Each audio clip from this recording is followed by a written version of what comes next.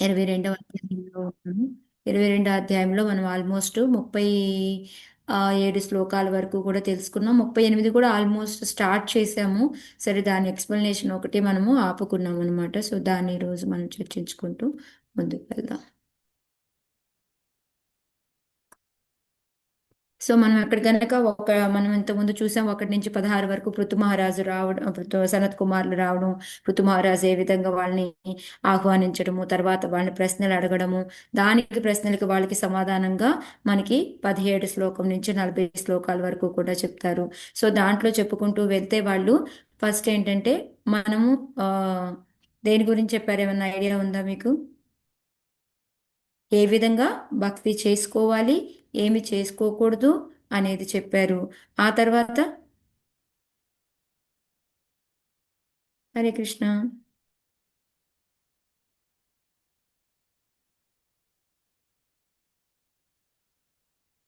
ఏంటి మాతాజీ, ఏం జరుగుతుంది?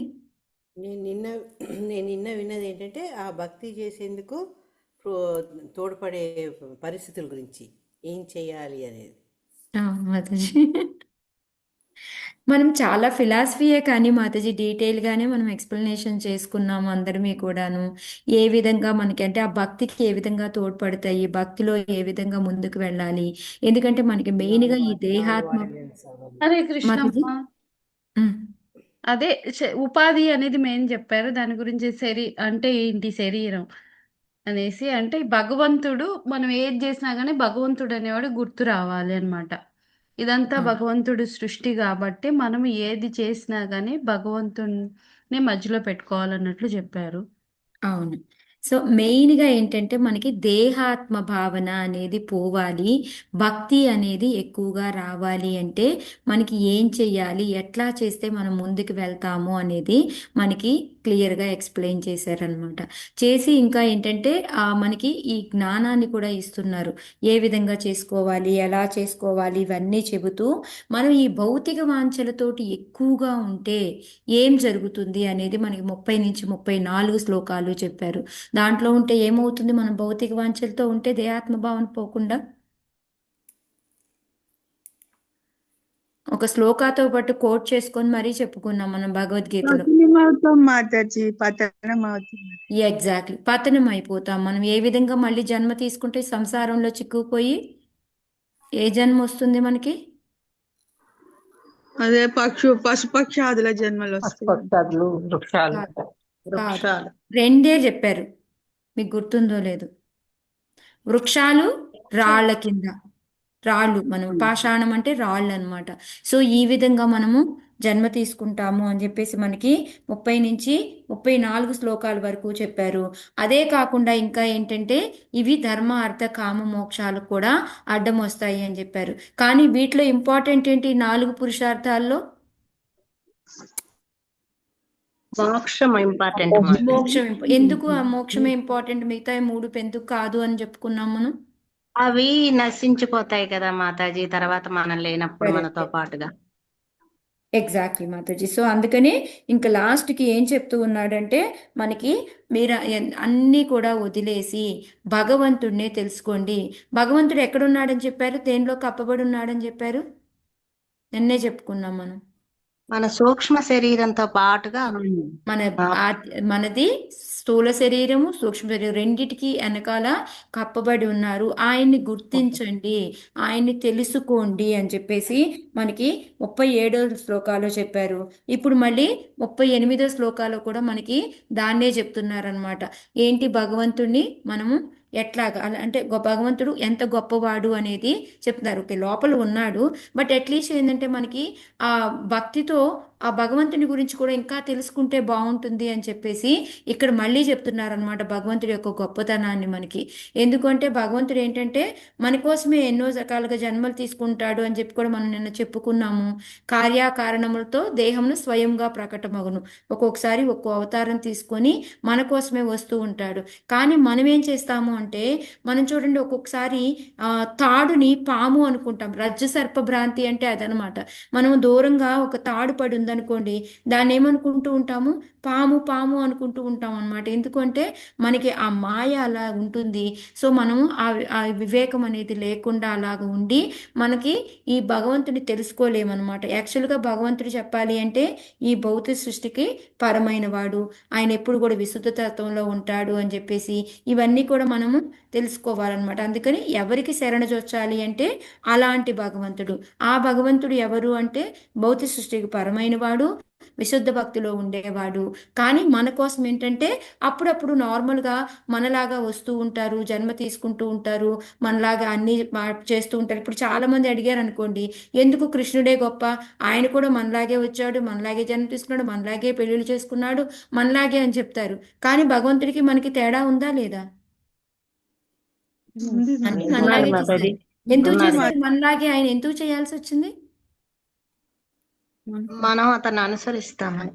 ఎగ్జాక్ట్లీ. మనకి ఒక ఉదాహరణగా చూపించడం కోసం ఒక గురువు దగ్గరికి సాందీపుని ముని దగ్గరికి వెళ్ళాల్సిన పని లేదు, అయినా గురువు దగ్గరికి వెళ్ళారు. ఒక వివాహం చేసుకోవడము, వివాహం చేసుకున్నాక ఎలా ఉండాలి అనేది మనకి 10th క్యాంటోలో ఒక చాప్టర్ అంతా వస్తుంది, కృష్ణుడి యొక్క దినచర్య అని చెప్పేసి. ఉదయం నుంచి మొత్తం అంతా ఎలాగ ఒక గోపూజ చేసుకోవడం కానీ, ఒక చాంటింగ్ చేసుకోవడం కానీ, అవన్నీ కూడా ఇవన్నీ భగవంతుడికి చేయాల్సిన పని లేదు, కానీ మనకి నేర్పడం కోసం. అది ఎందుకంటే మన కోసం భగవంతుడు వచ్చాడు, అంతేకాని ఆయన కూడా వచ్చాడు కాబట్టి మనలాగే అంతాను అన్ని రజోగుణాలు తమో గుణాలు. ఇవాళ ఎవరో ఒకళ్ళు అడిగారు అనమాట నన్ను ఒక క్లాస్లో, ఇప్పుడు మన కృష్ణుడికి కూడా కోపం వస్తుంది కదా భీష్ముడి మీద, మరి అప్పుడు రజోగుణం ఉన్నట్టే కదా మాతాజీ, రజోగుణం లేదని ఎలా చెప్తారు మీరు, గుణ ప్రభావం భగవంతుడి మీద లేదు అనేసి? ఏం చెప్తారు దానికి ఆన్సర్ చెప్పండి ఎవరైనా. క్రోధము భక్తులని రక్షించడం కోసం కానీ ఇంకో విధం కాదు కదా మాతాజీ. ఎగ్జాక్ట్లీ. సో అది ఏంటంటే అది కూడా ఏంటంటే మనకి ఎగ్జాంపుల్ చూపించడానికి. మనకి ఆల్రెడీ మనకి రేవతి గోపి మాతాజీ కూడా దక్ష యజ్ఞము ఆ టైంలో కూడా మనకి చెప్పారు. ఎప్పుడైనా భక్తుల్ని హింసిస్తున్నా కానీ, భక్తుల్ని దూషిస్తూ ఉన్నా కానీ, మనము ఏమీ లేకుండా అక్కడే ఉండి వింటూ చూస్తూ ఉన్నాము అంటే అది మనకి ఆత్మహత్యతో సమానము అని చెప్పారనమాట. మనం చనిపోయినట్టే లెక్క అనమాట అక్కడ యాక్చువల్గా. సో అప్పుడు ఏంటంటే అట్లీస్ట్ మనము అక్కడి నుంచి లేచన్నా వెళ్ళాలి, వినకుండా ఉండాలి, లేదా ఎదురు తిరగాలి వాళ్ళకి. సో అందుకని ఏంటంటే ఇక్కడ భగవంతుడు మనకి అది నేర్పుతూ ఉన్నాడు, కానీ ఆయనకి అక్కడ రజోగుణం వచ్చింది, ఆయనకి కోపం వచ్చింది అని కాదు. ఆ విషయంలో భక్తుల దగ్గర మనం ఎలా ఉండాలి అని చూపించడం కోసం అది. అంతేకాని ఈ భగవంతుడికి ఈ ఎఫెక్ట్లు అన్నీ కూడా ఉండవు అనేసి భగవంతుడి యొక్క గొప్పతనాన్ని ఇక్కడ మనకి చెప్తూ ఉన్నారనమాట. ఓకే, అదే కింద ప్రభుపాదుల వారు కూడా రాస్తూ ఉన్నారు. ఎక్కువగా ఎందుకు వచ్చిందంటే ఇది ఇందాక సోస్మి అని వస్తుంది మనకి 37లో. మనం ఆత్మ పరమాత్మ ఒకటే అనుకుంటాము, కానీ ఒకటిలాగా ఉంటాయి, కానీ అది ఒకటి కాదు. భగవంతుడి యొక్క గొప్పతనం ఏంటి అనేది మనకి 38వ శ్లోకంలో చెప్పేసి మనకి చెప్తూ ఉన్నారనమాట. మాయావాదుల్లాగా కాదు, మనకి ఆ భగవంతుడికి ఆ అస్తిత్వం అనేది మనలాగా ఉండదు అనేది మనకి చెప్తూ ఉన్నారనమాట. ఈ మనకి మళ్ళీ ఇదే ఎగ్జాంపుల్ తాడు సర్పం లాగా అనమాట. మనం తీరా దగ్గరికి వెళ్తే కానీ తెలియదు అది తాడు కాదు, అది పాము కాదు, తాడు అనేది. సేమ్ అదే విధంగా మనం దగ్గరికి వెళ్తూ ఉంటేనే భగవంతుడి గురించి ఇంకా ఇంకా మనము తెలుసుకోగలుగుతాము. సేమ్ మనకి ఎప్పుడు కూడా మనం చెప్తూ ఉంటాం కదా, ప్రభుపాదుల వారు మనకు భగవద్గీతలో 2nd చాప్టర్లో కూడా విన్నాము చాలా చోట్ల, ఒక చెట్టు మీద 2 పక్షులు ఉంటాయని, ఆత్మ పరమాత్మది. సేమ్ అదే ఇక్కడ మళ్ళీ మనకి ప్రభుపాదుల వారు ఎక్స్ప్లెయిన్ చేస్తూ ఉన్నారనమాట. కానీ ఎప్పుడూ కూడా మనకి ఆత్మ పరమాత్మ ఒకటి కాదు, రెండు మెర్జ్ అయిపోయి ఒకటైపోవడం అనేది ఉండదు. రెండిటికి దేని అస్తిత్వం దానికే ఉంటుంది. బట్ భగవంతుడు అనే అతను శక్తిమాన్ అనమాట. శక్తి మనమంతరం భగవంతుడి నుంచి శక్తి తీసుకుంటాం, అంతేకాని ఇప్పుడు ఏమంటారు, ట్రాన్స్ఫార్మర్ ఉంది మనకి, అక్కడి నుంచి మనకి లైట్ అంతా పాస్ చేసుకుంటూ మన అందరి ఇళ్ళకి వస్తుంది. చూడడానికి ఆ కరెంటు ఈ కరెంటు ఒకటే, కానీ రెండు సమానమా? అక్కడ ట్రాన్స్ఫార్మర్, మన ఇంట్లో ఉండే ఇక్కడ యూనిట్ సమానమా? కాదు మాతాజీ, అది పవర్ఫుల్. అది పవర్ఫుల్, ఇది పవర్ తక్కువ, కానీ రెండిటికి కాంతి ఒకటే, ఒకలేక వస్తుంది. లైట్ స్విచ్ చేస్తే వెలుగుతుంది, అంతా ఒకటే, కానీ ఒకటి కాదు. అది ఇక్కడ మనకి చెప్తున్నారనమాట. సో రెండో పారాగ్రాఫ్ అంతా ప్రభుపాదుల వారు ఏం చెప్తున్నారు అంటే, మనకి ఏ విధంగా మనం ఎలాంటి అంటే మనకి భగవద్గీతలో అన్ని శ్లోకాలు వచ్చాయి కదా, సర్వధర్మాన్ పరిత్యజ మామేకం శరణం వ్రజ. ఎవరికి మనము అలాంటి భగవంతుడికి మనము శరణ వేడుకోవాలి అని చెప్తున్నారు కదా, అయ్యే మళ్ళీ ఇక్కడ మనకి ప్రభుపాదుల వారు చెప్తున్నారు అనమాట. భగవద్గీత భగవద్గీతలో కూడా మనకి భగవంతుడు చెప్పున్నాడు అని చెప్పేసి. మళ్ళీ మనకి 7.19 బహునాం జన్మనామంతే జ్ఞానవానం ప్రబుద్ధితే ఉంది కదా, అది కూడా ఏంటి, ఎవరో కానీ తెలియదు అనమాట. ఎన్నో జన్మలైతే ఈజీగా ఏం తెలిసిపోదు మనకి. ఇప్పుడు మనం ఎక్కడ ఎంతో మంది ఉన్నాము. ఇప్పుడు నాకే చూడండి, ఇప్పటికి నాకు 47 48 ఏళ్ళు వచ్చేసాయి. ఇప్పుడు నాకు ఓకే భగవంతుడు ఏంటి, ఆత్మ ఏంటి, దేహం ఏంటి, ఇవన్నీ కూడా తేడాలు తెలిసాయి. ముందంతా నాకేమన్నా తెలిసిందా? ఏమీ తెలియలేదు. సో అట్లా ఏంటంటే మనం ఎన్నో ఎన్నో జన్మలు తీసుకొని ఎప్పటికో కానీ మనకి భగవంతుడి గురించి అనేది తెలియదు. ఆ భగవంతుడి గొప్పతనం తెలిసి ఆయనకి శరణ వేయడం అనేది జరగదు అని చెప్పేసి చెప్తూ ఉన్నారనమాట.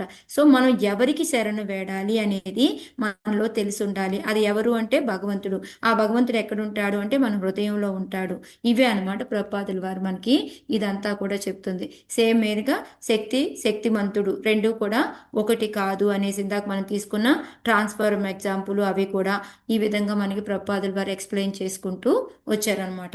సో ఇది ఎప్పుడు సాధ్యమవుతుంది, మనం భగవంతుడిని తెలుసుకొని భగవంతుడికి శరణ వేడుకోవడము అనేది మనం అంతటా మానసిక కల్పనలతోటి ఇలాగా కాకుండా గురువులు చెప్పిన దాంట్లో భక్తి యోగాన్ని పాల్గొన్నాము అంటే దాంట్లో మనకి ఈ రజు సర్ప భ్రాంతి అనేది పోయి మనం భక్తిలో ముందుకెళ్ళగలుగుతాము అనేది మెయిన్గా లాస్ట్కి ప్రభుపాదుల వారు మనకు చెప్తుంది అనమాట. ఓకే మాతాజీ, భగవద్గీత చదువుతుంటే 4th చాప్టర్ లో ఇదంతా వస్తుంది కదా. అవును మాతాజీ, ఎగ్జాక్ట్ గా మీకు ఎందుకంటే ఇక్కడ జ్ఞానయోగం కదా మాతాజీ, జ్ఞానం కదా, భగవంతుడి గురించి వచ్చే జ్ఞానం కాబట్టి సేమ్ ఇక్కడ కూడా అంతే. మనకి వాళ్ళ సనత్ కుమార్లు ఏంటంటే మొత్తం అన్నీ చెప్పి లాస్ట్కి ఏం చెప్తున్నారు, ఎలాంటి వాళ్ళకి శరణ వేడాలి అంటే భగవంతుడు అంటే ఎలాంటి వాడు అనేది మనకు చెప్తున్నారు అనమాట. సో ఇప్పటి వరకు ఏంటంటే వాళ్ళు జ్ఞానంతో కలిగిన దాన్ని మనకి చెప్తూ ఉన్నారు. ఇప్పుడు 39 40లో ఏంటంటే ఇదంతా కాదు, నీకు ఇవన్నీ కాదు, నువ్వు ఈ ఆత్మ పరమాత్మ ఇవన్నీ కాదు, నువ్వు జస్ట్ ప్యూర్ భక్తిలోకి వెళ్ళిపో, ఇంకేం అక్కర్లేదు అని మనకి 39 40 శ్లోకాలు రెండు కూడా చాలా ఇంపార్టెంట్ శ్లోకాలు అనమాట. మన అంటే శుద్ధ భక్తికి సంబంధించినవి అనమాట ఇవి. यत्पादपङ्कजपलाशविलासभक्त्या कर्माशयं ग्रथितमुद्गतयन्ति सन्तः तद्वन्नरिक्तमतयो मतयोऽपि रुद्धः श्रोतो गणास्तमरणं भज वासुदेवम्. హరే కృష్ణ మాతాజీ. మాతాజీ చదువులా చదవండి. ఎంత మంది ఒకేసారి అడిగారో నన్ను ఈరోజు. రోజు చదవని వాళ్ళు ఎవరున్నారు, కొత్త వాళ్ళు ఎవరన్నా అడిగారా నన్ను? మొత్తం మ్యూట్లోకి వెళ్ళిపోండి, కొత్త వాళ్ళందరూ, పాత వాళ్ళందరూ, కొత్త వాళ్ళు ఎవరన్నా రండి మాతాజీ. అందరినీ రిజెక్ట్ చేస్తాను. నిన్న నేను చదవలేను మాతాజీ, చదవచ్చా? కృష్ణుని మాతాజీ చదవండి. నేను కూడా చదవలేదు మాతాజీ, నిన్న చదవలేదు మాతాజీ. ఓకే మాతాజీ, కృష్ణుని అయితే మాతాజీ. ఈ శ్లోకం మనం కొత్త శ్లోకాలలో, ప్రేయర్ శ్లోకాలలో చదువుకున్నాం మాతాజీ, అందుకే అందరు ఇంట్రెస్ట్ అయ్యారని నేను అనుకుంటున్నా. నేనైతే అందుకే చాలా బాగుంటది. ఇంపార్టెంట్ శ్లోకాస్ అని చెప్పాను కదా మాతాజీ. లేదు, అందుకే విన్నట్టుగా అనిపిస్తున్నది మాతాజీ. అవును మాతాజీ, ఇది మనకి చాలా చోట్ల వింటాం, మనం ఎక్కువ కోట్ చేసే శ్లోక మాతాజీ ఇది. అందుకే అందరు ఒకేసారి స్టార్ట్ అయ్యారు మాతాజీ. చాలా బాగుంటుంది. హరే కృష్ణ. యత్పాద పంకజ పలాస విలాస భక్త్యా కర్మాశయం గ్రథితముద్గ్రతయంతి సంతః తద్వన్న రిక్తమతయో యతయోపి రుద్ధః శ్రోతో గణాస్తమరణం భజ వాసుదేవం. శ్రీకృష్ణ. భగవత్పాద పద్మ సేవలో సదా నియుక్తులయ్యుండేడి భక్తులు కర్మవాసనా గ్రంథి నుండి సులభముగా బయటపడుచున్నారు. ఇది మిగుల కష్టతరమైనందున భక్తి రహితులైన జ్ఞానులు యోగులు ఇంద్రియ భోగ కిరటములకు ఆపుటకు యత్నించుచున్నను దానిని సాధించజాలకున్నారు. కనుక వసుదేవ తనయుడగు శ్రీకృష్ణుని భక్తియుత సేవలో నీవు నియుక్తుడవు కమ్మని ఉపదేశించుచున్నాను. హరే కృష్ణ మాతాజీ. Thank you. ఏం చెప్తున్నారు? ఇంక సనత్ కుమార్లు మీకు చాలా జ్ఞానం ఇచ్చాము. ఇదిగో అంతే కదా, నేను మళ్ళీ క్వశ్చన్ అడిగితే ఏమి ఆన్సర్లు కూడా రావట్లేదు, ఏం చెప్పారు ఆయన అంటే. అట్లీస్ట్ ఇదన్నా గుర్తుపెట్టుకుందాం మనం. మిగతా అన్ని గుర్తుపెట్టుకున్నా గుర్తుపెట్టుకోకపోయినా ఇది భగవంతుడి యొక్క గొప్పతనం అనేది ఇందాక దాంట్లో చెప్పారు. సో ఇప్పుడు ఇక్కడ ఏం చెప్తున్నారు అంటే మనకి ఫుల్గా భగవంతుడు ప్యూర్ భక్తి అన్నమాట, శుద్ధ భక్తి. ఇంకా నువ్వేమీ చెయ్యొద్దు, నువ్వు భగవంతుడి యొక్క భక్తియుత సేవలో ఉండు చాలు అని చెప్పి చెప్తున్నారు. ఎందుకు దాంట్లోనే ఉండాలి అనే దానికి కూడా ఆన్సర్ చెప్తూ ఉన్నారనమాట. ఎప్పుడైతే మనం భగవంతుడి యొక్క సేవలో ఉంటామో, సేమ్ ఇదే టైప్లో మనకి ముందుకు కూడా వచ్చింది. పృథు మహారాజ్ కూడా చెప్పారు, ఎప్పుడు మనం భగవంతుడి యొక్క పాద పద్మాలు పట్టుకుంటే ఏం జరుగుతుందని చెప్పారు. ఎవరికైనా గుర్తుందా? 21వ చాప్టర్లో హృదయంలో కల్మషాలన్నీ పోతాయని చెప్పారు. ఎగ్జాక్ట్లీ, మనలో ఉన్న హృదయంలో కల్మషాలన్నీ పోతాయి, భగవంతుడి మీద మనకి అనురక్తి అనేది పెరుగుతుంది అని కూడా మనకు అక్కడ చెప్పారనమాట. సేమ్ అదే ఇక్కడ కూడా. ఎప్పుడైతే భగవంతుడి యొక్క పాద పద్మ సేవలో మనం కనుక నియుక్తులై ఉన్నామంటే మనకి కర్మ వాసనలు, మనలో అనేక రకాలైన కర్మలు అనే వాసనలు, వాటి నుంచి అంటే మనకి కోరికలు ఇవన్నీ కూడా ఏవైతే ఉంటాయో వాటన్నిటి నుంచి కూడా మనం సులభంగా బయటపడగలుగుతాం అనమాట. ఎందుకు మిగతా వాటిలో కన్నా ఇందులోనే ఎందుకు అయ్యిద్ది అని చెప్తున్నారు అంటే, మిగతా వాటిలో ఏంటంటే జ్ఞానులు యోగులు వీళ్ళేమంటే వాళ్ళు కంట్రోల్ చేయడానికి చాలా కష్టపడతారు. కానీ ఎప్పుడైతే మనం భక్తి యోగంలో వెళ్తామో దానికి పెద్దగా అంతగా కంట్రోల్ చేయాల్సిన పని లేదు, అవంతట అవే మనలో కంట్రోల్ అయిపోతూ ఉంటాయి అన్నమాట. అది ఎలా జరుగుతుంది అనడానికి ఏదైనా ఒక ఎగ్జాంపుల్ చెప్పగలుగుతారా? మీకు ఏదైనా ఎక్స్పీరియన్స్ అయింది ఎవరైనా? ఇది ఎలా? మాకైతే అయింది మాతాజీ. మా క్లాస్ లో ఉన్న వాళ్ళందరూ చాలా అసలు ఎంత ఫీల్ అవుతున్నాం అంటే ఆధ్యాత్మిక అనుభూతిలో ఈ క్లాస్ లో ఇది కూడా అక్కడ మేము చర్చించుకుంటా ఉంటాం. ఇలా చెప్పారు, భాగవతంలో ఇలా వచ్చింది అంటూ కొంచెం కొంచెంగా చర్చించుకుంటూ మేము ముందుకు సాగుతుంటాం. అసలు ఆ టైంలో మాకు అనిపిస్తుంది భౌతిక సంబంధాలన్నిటికీ దూరంగా ఇక్కడ మనం అందరం కలిసి ఎంత బాగా భగవంతుడి గురించి చర్చించుకుంటున్నాం, వింటున్నాం, చదువుకుంటున్నాం. మనకి ఈ ఎక్స్పీరియన్స్ ఎంత బాగుంది వాటన్నిటికంటే అని ఫీల్ అవుతుంటాం మాతాజీ. అయితే అది ఫీల్ అవుతున్నారు. ఓకే మాతాజీ, నేను అనేది ఈ కర్మ వాసన గ్రంథి ఏదైతే ఉందో మనకి ఈ భౌతిక కోరికలు ఇవన్నీ కూడా పోతున్నట్టు, దానంతటా అదే పోతున్నట్టు, అదేమన్నా ఎక్స్పీరియన్స్ అయ్యారా ఎప్పుడన్నా? అవును మాతాజీ, అదే అసలు భౌతిక విషయాలు అసలు నచ్చట్లేదు మాతాజీ, అన్ని బంద్ చేసాం. టీవీలు సీరియల్స్ ఏదైనా ఫంక్షన్స్ వెళ్ళినా కూడా వాళ్ళ ఆ మాటలు అవన్నీ కూడా నచ్చకుండా అయ్యాయి పూర్తిగా. ఈ భక్తిలో ఉండడం వల్ల అవన్నీ నచ్చట్లేదు. అటువైపు నుంచి దీని మీదే అట్రాక్ట్ అవుతున్నాం మాతాజీ. వీలైనంత వరకు ఈ భగవంతుడి గురించి వినడానికి ఈ క్లాసుల కోసమే. Okay, thank you. ఇంకెవరైనా ఏమన్నా చెప్తారా? ఎవరికైనా ఏమన్నా? హరే కృష్ణ మాతాజీ. చెప్పండి శైలజ మాతాజీ. అంతకుముందు ఎవరికైనా బోర్ కొడుతుందంటే ఫోన్ చేసి అవి మాట్లాడటం ఇవి మాట్లాడటం చేసేవాళ్ళం. ఇప్పుడు అసలు ఫోనే చేయాలనిపించట్లేదు మాతాజీ. టైం ఉంటే సత్సంగం వినడం, భాగవతం చదువుకోవడం, మనసంతా ఇలా తెలియకుండానే నాకు చేంజ్ అయిపోయింది. అది బాగా నోటీస్ చేసి. ఓకే, అది మాతాజీ ఇక్కడ అదే మనం అందరం ఏంటంటే ఇదంతా వీళ్ళు చెప్పేది అది ఇది అనేసి అంటూ ఉంటారు కదా. ఎందుకు ఇదంతా ఎందుకు జరుగుతుందంటారు ఇది? ప్లస్ ఇంకొకటి ఏంటంటే యాక్సెప్టెన్స్ లెవెల్ కూడా బాగా పెరిగింది మాతాజీ. నేను ఈ స్పిరిచువల్ లోకి వచ్చి బుక్స్ సత్సంగాలు వినటం వల్ల యాక్సెప్టెన్స్ బాగా పెరిగింది. అది అబ్జర్వ్ చేశాను Mataji. Yes Mataji, correct. So ఎందుకు జరుగుతుందంటారు ఇది? మనకు తెలియకుండానే ఇవన్నీ అంటే మిగతా వాళ్ళలాగా మనం చెయ్యాలి అని కంట్రోల్ చేసుకోవడం ఇవన్నీ అవసరం లేకుండా దానంతట అదే చేంజ్ ఎందుకు వస్తుందంటారు? అంటే మనలో ఉన్న పూర్వజన్మ ఆ వాసనలన్నీ పోయి ఆ ప్లేస్ లో ఆ మనసులో ఈ భక్తి దేవుడు చెప్పినవన్నీ అవి పోయి ఇవి ఇంక్లూడ్ అవుతున్నాయి మాతాజీ. నేను అలా అనుకుంటున్నాను. ఓకే, ఇంకా హరే కృష్ణ మాతాజీ. ఒకరి తర్వాత ఓకే. మరేం లేదు మాతాజీ, మనం భగవంతుడి కోసం పొద్దున్న లేచిన దగ్గర నుంచి మంగళహారతులు ఇవన్నీ ఆలోచించడం వల్ల అవన్నీ దూరం అయిపోతున్నాయి. మనం ఎక్కువసేపు హారతి ఇవ్వడం అని, ఇది చదవడం అని, ఆ క్లాసు ఈ క్లాసు ఇది వరకు కన్నా ఇప్పుడు మనం ఇందులో ఉండడం వల్ల ఆలోచనలే వస్తున్నాయి. దాని వల్ల అవన్నీ పోతున్నాయని నాకు అనిపిస్తుంది మాతాజీ. ఓకే, ఇంకా ఎవరైనా? హరే కృష్ణ మాతాజీ. చెప్పండి మాతాజీ, సేవ చేసుకోవడము, మరి పొద్దున్న లేచి మంగళారతి ఇవన్నీ చేసుకొని మళ్ళీ బుక్స్ రీడింగ్, మళ్ళీ క్లాసులన్నీ వినడము, మీ ఈ గోపికా గీతం ప్రణవానంద ప్రభుజీది, మళ్ళీ పొద్దున్న ఇవన్నీ పాశురాలు ఇవన్నీ క్లాసులు వింటున్నాం కదా మాతాజీ.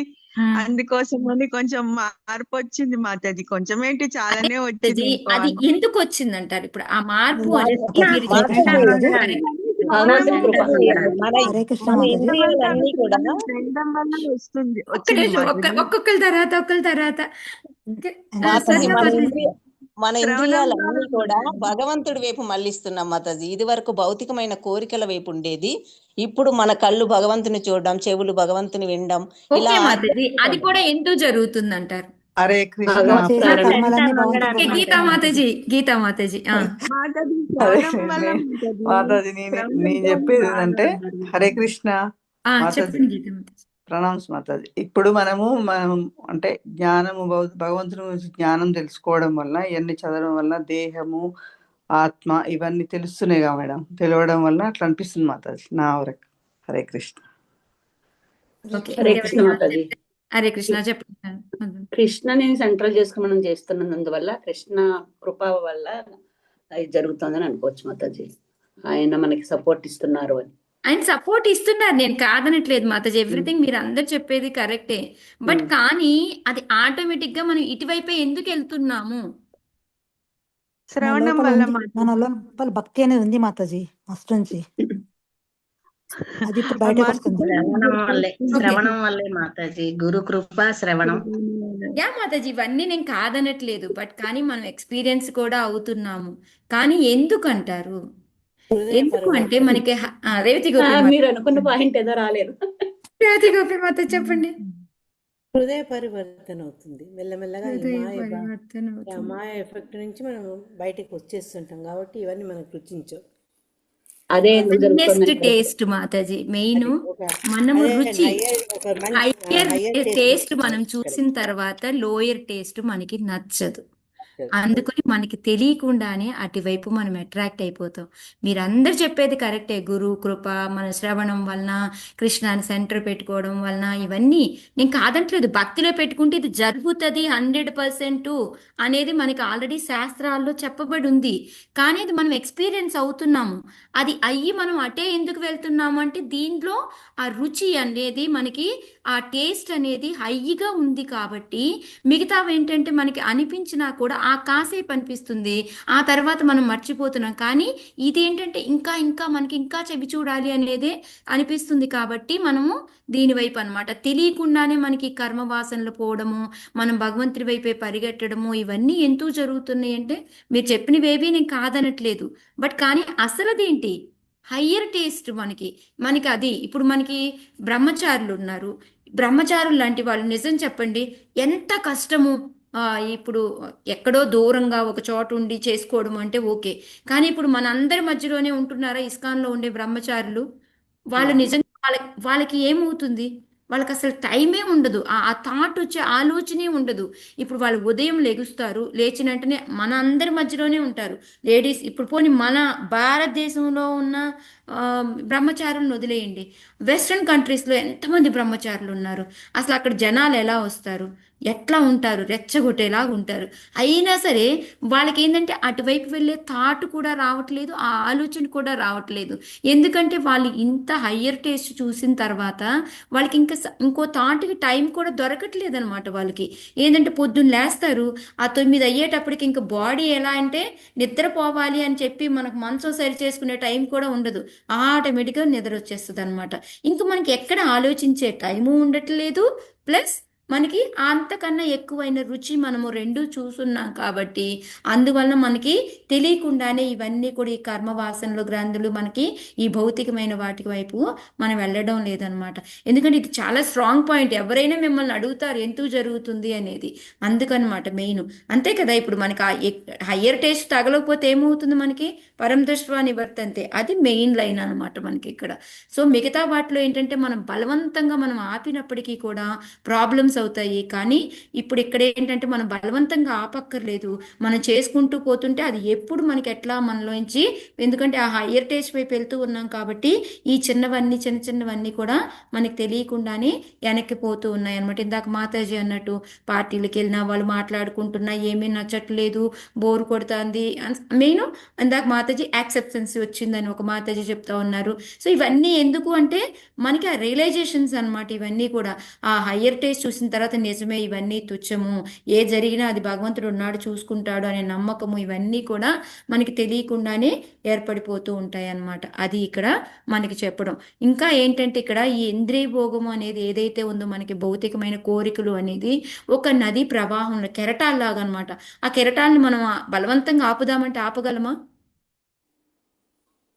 ఎవరైనా లేదు, ఆపగలరా ఆపలేం కెరటాల్ని? ఆపలేం మాతాజీ. లేదు ఆపలేము. మాతాజీ, లేదు. కానీ ఎప్పుడైతే మనం భక్తి యోగంలోకి వెళ్తామో అప్పుడు ఆపగలుగుతాము అని చెప్తున్నారు అనమాట. సో దానికి మీరు అందరు చెప్పిన ఎగ్జాంపుల్సే అన్నమాట. అదే ఇక్కడ మనకి ప్రపాదుల వారు ఎక్స్ప్లెయిన్ చేస్తున్నారు కిందంతా కూడాను. మనకి జ్ఞానులు, యోగులు, భక్తులు అనేవాళ్ళు 3 రకాలుగా ఉంటారు. వీళ్ళందరూ ఏంటంటే ఈ ఇంద్రియ ప్రభావాన్ని తగ్గించుకోవాలి అని నానా రకాల ప్రయత్నాలు చేస్తూ ఉంటారనమాట. కానీ మిగతా వాటిలో ఏంటంటే బలవంతంగా ఆపిన, ఇప్పుడు చూడండి మనము ఏకాదశి రోజు తినకూడదు తినకూడదు అనేసి కంట్రోల్ ఉంటాము, లేదా మనం ఏకాదశి వదిలేయండి, ఒక్కోసారి మనము ఏంటారు డైటింగ్ చేయాలి అని ఉంటాము, డైటింగ్ చేసినప్పుడు మనకి ఏమవుతుంది, ఇంకా ఆ టైంలో కోరికలు ఎక్కువ అవుతాయా లేకపోతే తగ్గుతాయా? ఎక్కువైతే మాతాజీ తినాలి అని. ఎక్కువ అవుతాయి. డైటింగ్ ఉన్నప్పుడు మనకి ఇంకా కోరికలు ఎక్కువైపోతాయి అనమాట. సో యాక్చువల్గా ఇప్పుడు మనం మనకి ఇక్కడ ఇందులో ఉన్నప్పుడు ఏంటంటే మనకి తెలియకుండానే ఏకాదశి వంటి ఫాలో అవడము. ఆ రోజు చూడండి నిజంగానే ఎవరు పిలిచి మనకి భోజనం పెడతాము అన్నా కూడాను మనకి ఏ రకమైన ఇంట్రెస్ట్ అనిపించదు. మేము ఈరోజు ఏకాదశి అండి, మేము తినమండి అని మనల్ని మిగతా వాళ్ళు ఒకలాగా జాలిగా చూసినప్పటికీ కూడా మనకి ఎటువంటి ఫీలింగ్ అనిపించదు, నాకేం అనిపించట్లేదు అనేసి. ఎందుకు ఇలా జరిగింది? అంతకుముందు అయితే మనం ఉండగలిగే వాళ్ళమా డైటింగ్ పేర్లు అట్లా ఏదన్నా చేస్తే? కానీ ఇది ఎప్పుడైతే భక్తి యోగంలోకి మార్చుకొని మనము ఏకాదశులు ఇవి చేయడం మొదలు పెడుతూ ఉంటే తెలియకుండానే ఆ కంట్రోలింగ్ అనేది మనకి వస్తూ ఉందన్నమాట. సో దేనికి అనేది ఇక్కడ అంతా ప్రపాదుల వారు అదే ఎక్స్ప్లెయిన్ చేస్తూ ఉన్నారనమాట. మిగతా వాళ్ళది ఆ ప్రవాహాన్ని ఆపడం అనేది చాలా కష్టము. కానీ ఎప్పుడైతే మనం భక్తి యోగంలోకి దిగుతామో మనకి తెలియకుండానే ఈ ఇంద్రియ కోరికలన్నీ కూడా ఆగిపోతాయి అని చెప్పేసి దానికి శ్లోక చెప్తున్నట్టు వాసుదేవ భగవతి భక్తి యోగ ప్రయోజిత జనయత్యాశ వైరాగ్యం జ్ఞానం చ యదుహైతకం. మనకు తెలియకుండానే భక్తి జ్ఞానం అనే వైరాగ్యం పెరిగిపోతాయి. సో ఆటోమేటిక్గా మనకి భక్తి పెరిగిపోతూ ముందుకెళ్తూ మనకి మిగతావన్నీ కూడా ఎటువంటి ఆటంకాలు ఉన్నా ఇవన్నీ కూడా తగ్గిపోతూ ఉంటాయి అని చెప్పేసి చెప్తూ ఉన్నారనమాట. సో మనకేంటంటే ఈ ఇంద్రియ భోగవాంఛ అనేది యాక్చువల్గా ఏంటంటే బలమైన వేళ్లతో కలిగి ఉంటుందన్నమాట. వాటిని మిగతా వాటితోటి జ్ఞానము ధ్యానంతో ఇది పెగిలిద్దాము అంటే ఎంతో కొంత ఇంకా పట్టుకొని ఉంటుంది. కానీ ఈ భక్తి అనేది ఎప్పుడైతే మొదలు పెడతామో అప్పుడు అది పేళ్లతో అదే మొత్తం వేళ్లతో సహా పెకిలించుకొని వచ్చేస్తుంది అనమాట. చూడండి మనం ఒక్కొక్కసారి కలుపు మొక్కలకి మందు వేస్తే అది కొంచెం పైన చచ్చిపోతుంది, మళ్ళీ కింద లోపల కొంచెం ఉండి మళ్ళీ పెరుగుతుంది, మళ్ళీ వేస్తారు.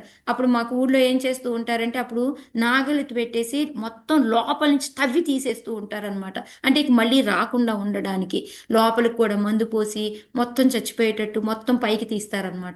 అది ఎప్పుడు కుదురుతుంది అంటే మనకి ఓన్లీ భక్తి యోగంలో మాత్రమే అని చెప్పేసి. అంటే కొంతమంది అంటారు మన జ్ఞానయోగంలో కూడా మాకేం కోరికలు ఉండవు కదా, ధ్యాన యోగంలో కూడా ఏం కోరికలు ఉండవు కదా మాకు అంటే, కానీ వాళ్ళు జ్ఞానయోగంలో ఏమనుకుంటారు, భగవంతుడిలో మెర్జీ అవ్వాలి అనుకుంటారు, అది ఒక భౌతికమైన కోరికే. మళ్ళీ ధ్యాన యోగంలో ఏంటి సిద్ధులు కావాలి అనుకుంటారు, అవి కూడా ఒక కోరికే అనమాట. సో అలాంటి ఎటువంటి కోరిక లేకుండా అన్యాభిలాషిత శూన్యం జ్ఞాన కర్మాదనావృతం ఆనుకూల్యన కృష్ణాను శీలనం భక్తి రుచ్యత అనేది ఈ భక్తి యోగంలో మాత్రమే ఒక్కటే జరుగుతుంది. కాబట్టి అందుకొని అన్నిటికన్నా బెస్ట్ది ఇది అని చెప్పేసి ఇక్కడ చెప్తూ ఉన్నారనమాట. అందుకని మనం కృత్రిమంగా మనం ఏమీ పనులు చెయ్యక్కర్లేదు. ఓన్లీ భగవంతుడు అది భగవంతుడి యొక్క పాదాలను పట్టుకొని ఆయన్ని ఆశ్రయించి మనం భక్తి చేసుకుంటూ ముందుకు వెళ్ళాము అంటే మనకి ఎంతటి పెద్ద నది ప్రవాహం లాంటిదైనా, ఎంతటి పెద్ద పెద్ద వేళ్లతో ఉన్న చెట్టునైనా కూడాను మనం పెకిలించి వేయచ్చు అని చెప్పేసి ఇక్కడ మనకి దీంట్లో మొత్తం కూడా ప్రపాదుల వారు మనకి ఎక్స్ప్లెయిన్ చేస్తూ ఉన్నారనమాట. సో అందుకే అదేంటంటే పరమ దృష్టి అని వర్తంతే, అది హైయెస్ట్ టేస్ట్ అందుకొని మెయిన్గా ఎక్కువగా ఇక్కడ ఏంటంటే యమునాచార్యులు వారు చెప్తూ ఉన్నారనమాట. మనలో ఏంటంటే భగవంతుడి సేవ కొరకు మనము కొత్తగా మనం ఏమంటారు ఈ మనం కొత్త కోరికలు అనేవి మనకి నిరంతరం వస్తూనే ఉంటాయి కదా. వస్తూ ఉంటే అవేంటి, ఓన్లీ భగవంతుడికి సేవ చేయడానికి. కానీ ఈ మైథున వాంఛ అనేది ఏంటి అంటే దాన్ని మామూలుగా మనం అసలు చాలా ఆ ఎక్కువ మంది అట్రాక్ట్ అయ్యే దానికనమాట. కానీ ఈ భగవంతుడి సేవలో వెళ్ళినప్పుడు అది ఒక తుచ్చమైన దానిగా మారిపోతుంది అనేసి యమునాచార్యులు వారు చెప్తున్నారనమాట. అందుకే నేను ఇందాక మీకు ఎగ్జాంపుల్ ఎందుకు చెప్పానంటే ఈ పదం వచ్చింది కాబట్టి నేను బ్రహ్మచారులు తీసుకున్నాను అనమాట. సో వాళ్ళకి అసలు ఇది ఆలోచించే టైం కానీ ఏమీ కూడా ఉండదు. ఇంకా యమునాచార్యులు ఏమంటున్నారంటే అటువంటి అది ఏదన్నా ఎవరైనా ఆ పదం అంటున్నా కూడా ఆ కోరిక వచ్చినా కూడా దాని మీద ఉమ్మి వేస్తారు అని చెప్పేసి ఆయన చెప్తున్నారంట. ఎందుకంటే అలాంటిది ఇంకా వాళ్ళకి ఆ టైం కూడా ఉండదు, ఆ కోరికలు కూడా ఉండవు అనమాట. ఎందుకంటే వాళ్ళు హయ్యర్ టేస్ట్ చూశారు అని కింద ప్రపాదులు వారి రాష్ట్రంలో మనకి రాస్తా ఉన్నారనమాట. సో దీంట్లో మనకి మెయిన్గా చెప్తుంది ఏంటి, భక్తి యోగం చేసుకోండి. మనకి ముందంతా కూడా భౌతికమైన కోరికల వలన వచ్చే లాసులు ఏంటి ఇవన్నీ కూడా చెప్పి ఎవరు భగవంతుడు ఎవరు అనేది కూడా చెప్పి లాస్ట్లో ఇంకా సనత్ కుమార్లు ఏం చెప్తున్నారు, ఇంకా నువ్వు ఏమీ చెయ్యొద్దయ్యా పృథుమారా, ఓన్లీ భగవంతుడు ఎవరో చెప్పాము, ఆయన యొక్క పాదాలు పట్టుకొని నువ్వు గనక భక్తి చేసుకున్నావు అంటే ఈ ఇంద్రియ ప్రవాహం లాంటి ఒక నదీ ప్రవాహం లాంటి ఈ ఇంద్రియ కోరికలను అనే దాన్ని నువ్వు ఈజీగా అణిచివేయచ్చు అనేది చెప్పారనమాట. ఓకే, సో మనం ఇప్పుడు ఏం చేయాలి మనందరివి, భక్తి చేయండి, అన్ని భక్తి కోరికలు చేయండి. ఎలా పోతాయి, ఈ ధర్మార్థ కామ మోక్షాలు ఏంటి, ఇవన్నీ ఏంటి అని ఇవన్నీ మనం ఆలోచించక్కర్లేదు. మనం చేయాల్సింది భగవంతుడి యొక్క కాళ్ళు పట్టుకొని ఆయన భక్తి చేసుకుంటూ వెళ్తే అన్నీ ఆటోమేటిక్గా అవే వెనక్కిపోతాయి అనేది ఇది ఒకసారి చెప్పాను మాతాజీ, ఇంద్రియ ప్రవాహం మీద చెప్పారు, అదొకసారి మళ్ళీ చెప్పరా? ఇంద్రియ కాదు నది, ఇంద్రియ కోరికలు అంటే ఒక నదీ ప్రవాహం లాంటిది, లేకపోతే ఒక పెద్ద చెట్టుకి బాగా వేళ్ళు బలంగా ఉన్న లాంటిది అనమాట. వాటిని పెరికించి వేయాలి అంటే మనం రకరకాల ప్రయత్నాలు ఏమీ చెయ్యక్కర్లేదు. భగవంతుడి యొక్క పాద పద్మాలకి శరణ వేడుకొని భక్తి చేసుకుంటూ ముందుకు వెళ్ళాము అంటే అవన్నీ ఆటోమేటిక్గా పెగిలి బయటకు వచ్చేస్తాయి అని చెప్పేసి చెప్తున్నారు అనమాట. ఇది బాగుంది. నేను చెప్పింది కాదు మాతాజీ, దీంట్లో ఉన్నదే. ఓకే, చలో. కృచ్రో మహానిహ భవార్ణమవప్లవేషాం షడ్వర్గనక్రమసుఖేన తితీర్షంతి తత్వం హరేర్భగవతో భజనీయమంఘ్రిం కృత్వోడుపం వ్యసనముత్తర దుస్తరార్ణం. చదవండి మాతాజీ. ఇప్పుడు ఎవరు అనరా? ఇందాకెవరిని వద్దన్నారు. శ్లోకం అట్లాగే మాతాజీ, ఆ శ్లోకం ఏంటంటే కొంచెం రాగయుక్తంగా కూడా చదవచ్చు మాతాజీ, అది చదివి ఉంది అలాగా. అవునా, కాదు మాతాజీ, మమ్మల్ని ఆగమన్నారు కదా అందుకే అయిపోయాము. అయిపోయారు. ఉన్న ప్రాబ్లం, చదవండి జయశ్రీ మాతాజీ. చదవనండి. చదవండి సరే మాత చదవండి. కృచ్రో మహానీహ భవర్ణవ మహానిహ కాదు మాతాజీ, మహానిహ. కృచ్రో మహానిహ భవర్ణవ ప్లవేషాం షడ్వర్గనక్రమసుఖేన తితీర్షంతి తత్వం హరేర్భగవతో భజనీయమంఘ్రిం కృత్వోడుపం వ్యసనముత్తర దుస్తరార్ణం.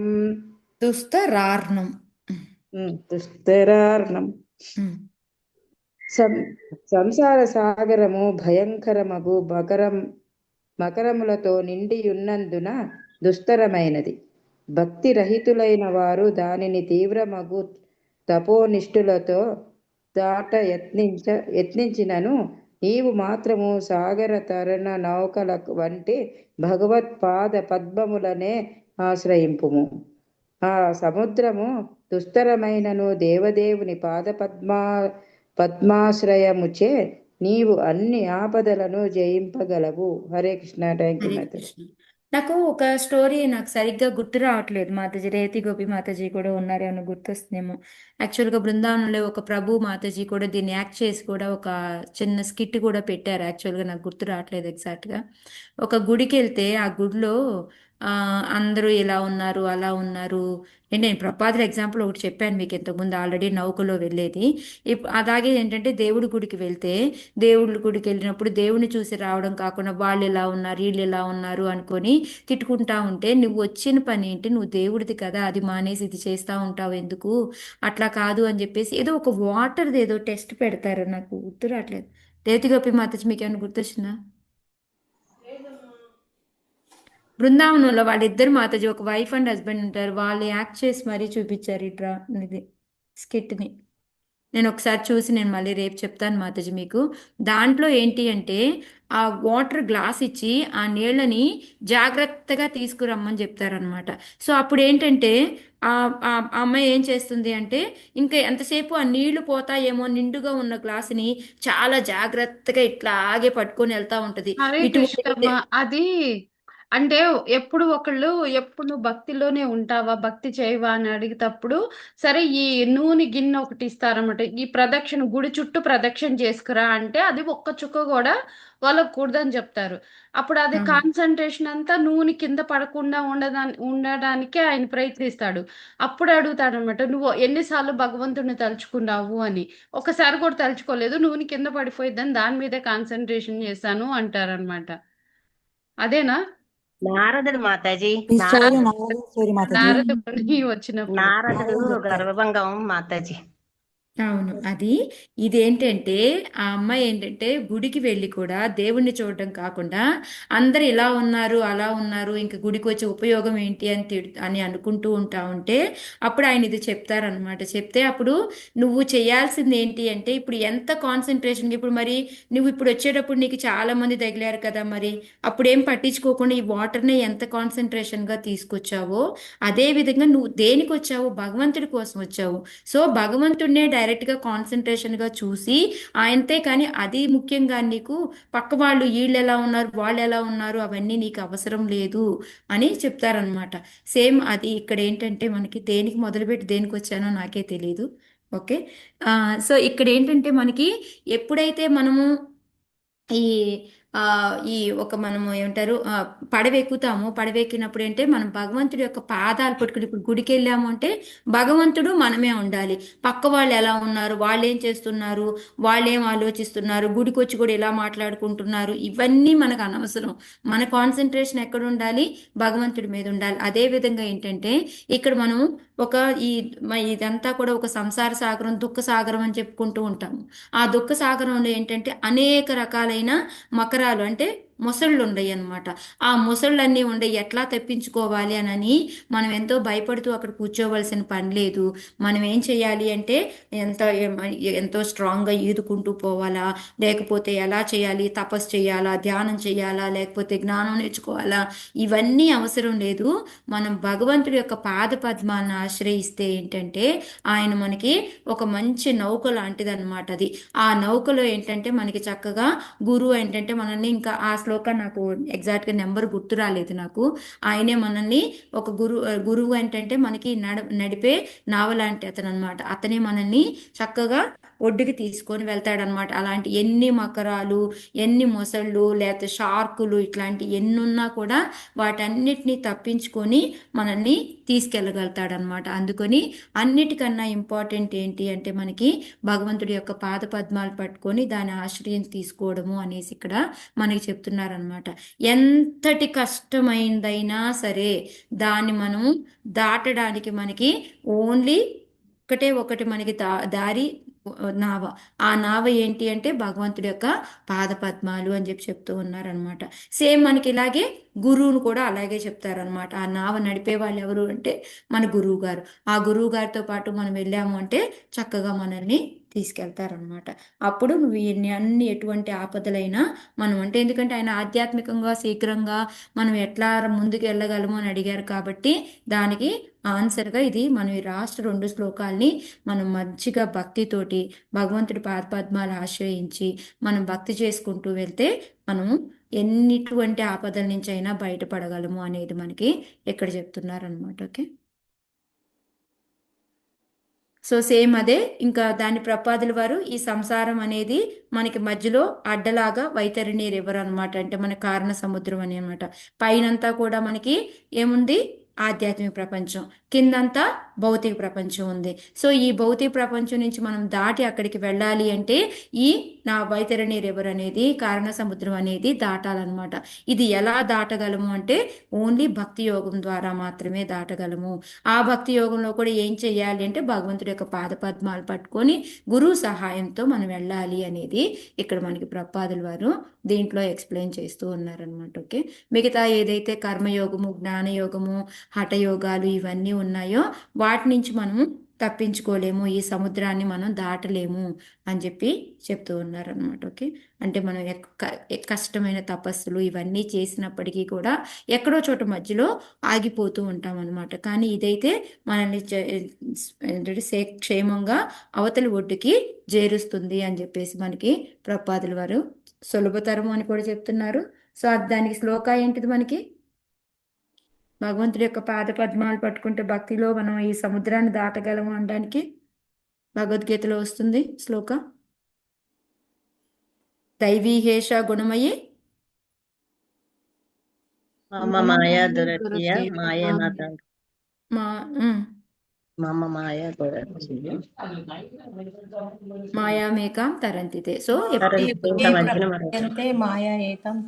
తరంతితే మనం భగవంతుడి యొక్క పద్మాలు పట్టుకుంటే మనం చాలా సులభంగా దాన్ని దాటగలుగుతాము. లేకపోతే ఈ దైవీహేష గుణం అనేది చాలా చాలా కష్టమైంది అని మనకి భగవద్గీతలో కూడా చెప్తుంది. అదే సేమ్ అదే విధంగా వచ్చేలాగే ఇది యాక్చువల్గా చాలా శ్లోకాలు ఉన్నాయి ఇలాగ మనకి పడవతోటి, గురువులతోటి, లేకపోతే ఈ మకరాలతోటి పోల్చేలాగా మనకి చాలా చోట్ల వస్తాయి. ఎందుకంటే ఈ సముద్రం అనేది మనకి కామక్రోధ లోభ మదమాత్సల్యాలు అనేవి, ఈ 3 రకాలైన తాపత్రయాలు అనేవి ఇవన్నీ కూడా మొసళ్ళతో అనమాట. వీటన్నిటి నుంచి తప్పించుకొని మనము ఈ కారణ సముద్రాన్ని దాటి ఆధ్యాత్మిక ప్రపంచం వెళ్ళడం అనేది అంత ఈజీది కాదు. మిగతా ఏ పద్ధతిలో వెళ్ళలేము, ఓన్లీ భక్తి యోగం ద్వారా వెళ్ళగలము అనేది చెప్తున్నారనమాట. సో ఇక్కడ అదే ప్రపాదుల వారు ఇంకా చెప్తున్నారు, ఎంత గజయతగాడైనా ఎంత పెద్ద తపస్సు చేస్తూ ఉన్నా కూడాను ఆ పెద్ద పెద్ద మొసళ్ళను తప్పించుకొని ముందుకు వెళ్ళడం అనేది అంత ఈజీ కాదు. అందుకని మనము ఓన్లీ భక్తి యోగం అనేది చాలా ఈజీ పద్ధతి మనకి అని చెప్పేసి చెప్తూ ఉన్నారనమాట.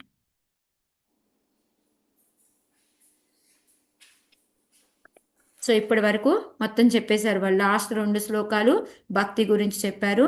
అంతకుముందు మనకి ఈ దేహాత్మ భావన, మనము భగవంతుడి మీద అనురక్తి అనేది పెరగాలి అని చెప్పారు. వాటికి ఏమేం చేయాలి, ఏమేం చెయ్యకూడదు అని చెప్పారు. అవి చేసుకుంటూ మనము ఎప్పుడైతే అంటే ఏం జరుగుతుంది, వచ్చే లాభాలు ఏంటి అని చెప్పారు. ఆ తర్వాత మనం ఓన్లీ ఇంద్రియ భోగంలోనే ఉంటే మనం ఏ విధంగా సంసారంలో చిక్కుపోయి పడిపోతాము అని చెప్పారు. ఆ తర్వాత ఇంకా ధర్మార్థ కామ మోక్షాల్లో కూడాను మనం ఆ పనుల్లో కూడా మనము ఉత్తీర్ణం కాలేము అని చెప్పారు. అన్నిట్లో కూడా మోక్షం అనేది ఇంపార్టెంట్ అని చెప్పారు. అది కాకుండా మనం ఈ ఏమంటారు ఈ ఎవరు భగవంతుడు ఏంటి అనేది తెలుసుకోవాలి అంటే 37, 38లో మనకి వాటి గురించి చెప్పారు. నెక్స్ట్ ఏంటంటే భగవంతుడి యొక్క గొప్పతనం చెప్పి 39:4లో అటువంటి భగవంతుడి యొక్క పాదపద్మాలు పట్టుకుంటే మీరు ఈజీగా కర్మగ్రంథ వాసన నుంచి బయటపడచ్చు. ఎంత పెద్ద అజ్ఞానమైన సముద్రమైనా సరే దాన్ని ఎన్ని మకరాలు, షార్కులు, ఎట్లాంటి విషసర్పాలు ఎన్నున్నా కూడా వాటన్నిటి నుంచి కూడాను భగవంతుడి యొక్క పాదపద్మం యొక్క నౌక పట్టుకొని మనం సునాయాసంగా దాటగలము అని చెప్పేసి మనకి ఎటువంటి ఆపదలు రావు అని మనకి చెప్పారనమాట. సో భక్తి యోగం ఇంపార్టెంట్, భగవంతుడిని పాదపద్మాలు పట్టుకోవడం, ఈ 2 కూడా మనకి చెప్పారు. ఇప్పుడు దానికి మత జీవన్ చెప్తారా, యాడ్ చేస్తారా? దీనికి చక్కటి రెఫరెన్స్ ముకుందమాలలో దొరుకుతుంది. దాంట్లో తృష్ణాతోయే మదన పవనోద్ధూత మోహోర్మిమాలే ధారావర్తే తనయ సహజగ్రాహ సంఘాకులేచ సంసారాఖ్యే మహతి జలధౌ మజ్జతానాం నశ్రిధామన్ పాదాంబూజే వరద భవతో భక్తినామం ప్రచ్చ. ఇక్కడ ఏమంటున్నారంటే, ఓ త్రిధాముడా వరద, తృష్ణేను మదకము కలిగినది, మన్మధుడను గాలి చేత ఎగరగొట్టబడిన మోహములనే అలల వరుస గలది, భార్యను సుడిగుండము, పుత్ర సహోదరులను మొసళ్ల గుంపుచే ఆకులలో సంసారమనే మహాసముద్రంలో మునిగుండు మాకు నీ పాదభక్తి అను ఒక ఓడ వసంగుమా. చాలా బాగుంది Mataji, correct, exact related Mataji. అదే దానికి ఆ బుక్ కోసం పోయినా నేను. అవునా? మాట్లాడు ఓకే ఓకే. చదువుతుంటే నాకు అది గుర్తుకొచ్చింది. 11th క్యాంటోలో అందుకని కూడా వస్తుంది మాతాజీ, సేమ్ సిమిలర్ గా ఒక శ్లోకాన్ని. నాకు అది గుర్తు రాలేదు, ఎంతసేపు ట్రై చేశాను కానీ ఈ రోజు ఇంకో క్లాస్ కూడా ఉంది, నాకు టైం సరిపోలేదు నాకు వెతకడానికి. No problem. Thank you Mataji, Hare Krishna. So ఇక్కడ మనకి ఇప్పుడు 40 దాకా అయిపోయింది. మనకి సనత్ కుమార్లు ఆయనకి జ్ఞానాన్ని ఏం కావాలో ఆయన అడిగిన ఆ ప్రశ్నకి సమాధానం ఇచ్చారు.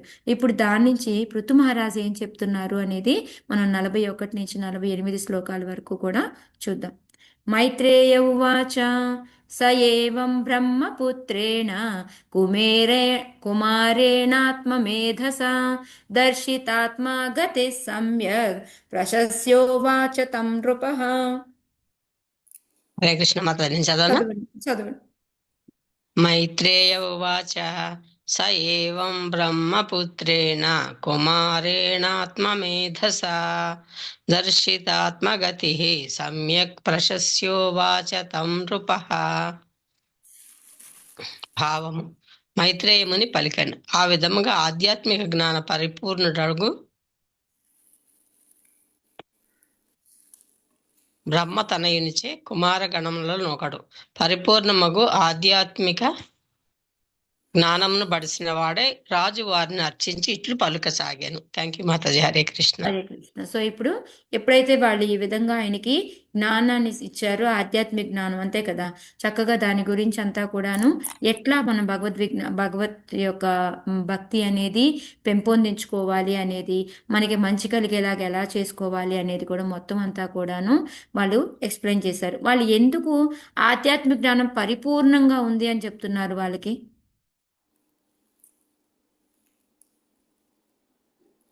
సనత్ కుమార్లకి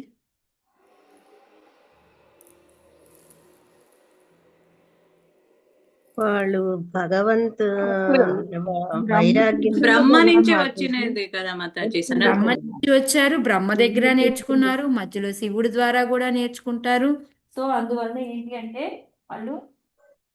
వాళ్ళకి ఆ జ్ఞానం అనేది ఫుల్గా ఉంది. అంతకుముందు వాళ్ళు యాక్చువల్గా చెప్పాలి అంటే జ్ఞాన మార్గంలో ఉండేవాళ్ళు.